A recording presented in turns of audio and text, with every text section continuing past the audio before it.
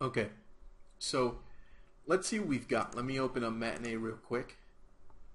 What we have is camera 1, camera 2, and camera 3, and each one is kind of doing its own thing.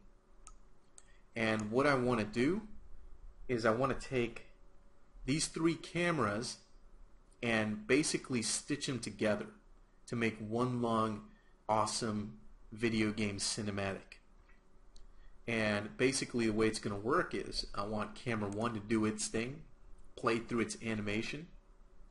I want camera 2 to do its thing, play through its animation after camera 1 is finished.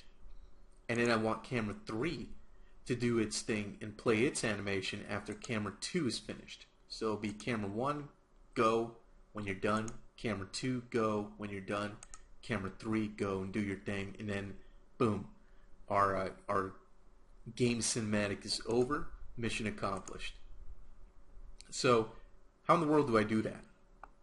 Well, with Matinee we have something called Director that allows us to do just that, and it's a pretty cool feature of Matinee. And the way it works is pretty simple. So instead of explaining a bunch of stuff, let me just show you. I'm going to right click, and when I right click an empty space over here, like under camera 3, you'll get this list. Remember we were creating camera groups before? Now we're going to create a new director group. So I'm going to click on that, and a new tracks window pops up on the top with a director group up here. Alright? Now there's nothing attached to the director group. It's not an actual object per se. Over here we were connecting cameras to these different groups. Over here we're not connecting a camera. So it's not an actual object. The way to think about this director group is, let's pretend there's a little spirit of James Cameron inside of Unreal, and he's going to go ahead and control all of the playback of our cameras and sequence them the way that you want. So our little James Cameron here is going to help us out. So here's our director, and the way this works is pretty simple. You select the director track here, right? And at the beginning of this animation here, what I'm going to do is I'm going to hit enter to create a keyframe. And what you're going to get is this little window that pops up, and you have three options. You can create a keyframe for camera 1, a keyframe for camera 2, and a keyframe for camera 3. Now, it doesn't matter what order you go into. That depends on your artistic vision and how this whole cinematic is going to go together.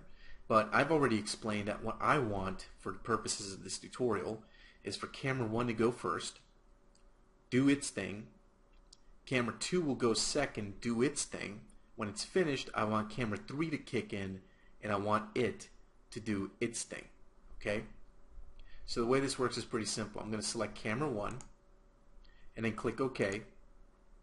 And that's going to create this keyframe here, and then you're going to see this bar that says camera 1, and it's going to say shot 0010, and it's going to go on forever, this bar.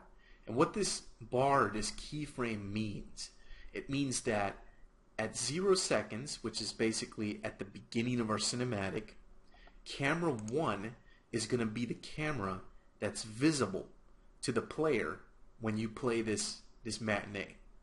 Alright? So it's the equivalent of doing this. Let me tear this off, and let me move this down a little bit so we can actually see. So here's camera 1. Remember this little gray camera icon on the right? Remember what happens when we click it? If we click it, camera 1 takes over. Remember that? Okay. If we click camera 2, camera 2 takes over. If we click camera 3 takes over. So it's basically what the director's doing, our little James Cameron.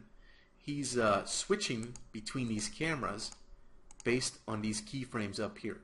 So in this first yellow keyframe, we're going to have camera 1 kick in. Because this goes on forever, camera 1's going to control everything forever. That's not what we want. So what we want is, if we look at camera 1,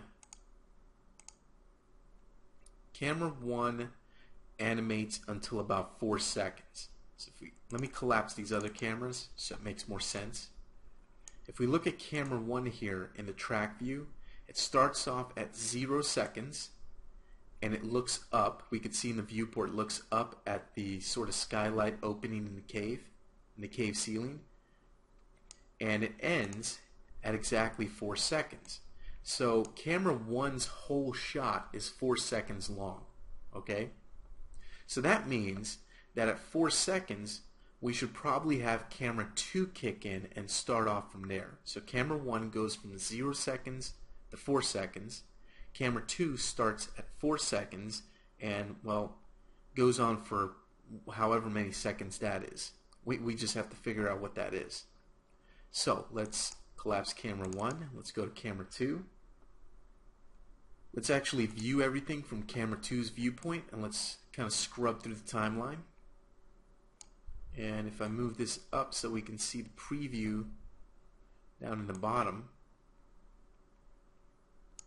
and my preview's gone. Okay, anyway, if we scrub through this, we'll see that this animation ends at about 8 seconds in. So this one, camera 2, is 8 seconds long. So it's going to start at 4 seconds and go 8 seconds, which is probably going to be 12. Math is not my strong suit, so forgive me if I make some crazy math errors, but I'm not good at math. So anyway, what we're going to do is we're going to take the movement tracks here, or movement keyframes for camera 2, and we're going to move this stuff over 4 seconds. So we can see the red tick marks here for camera 1. Starts off at 0, ends at 4. This one will start at 4 and end at 12. But you know what? Instead, I'm going to move it 1 more second up. So we're going to move it to about 5 seconds. So camera 1 starts at 0, ends at 4 seconds. We'll have 1 second of buffer in between.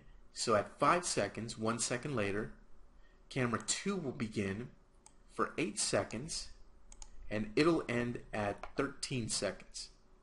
And this is where camera 3 is going to pick up and do its thing. So let's go to camera 3. Let's take all of its keyframes.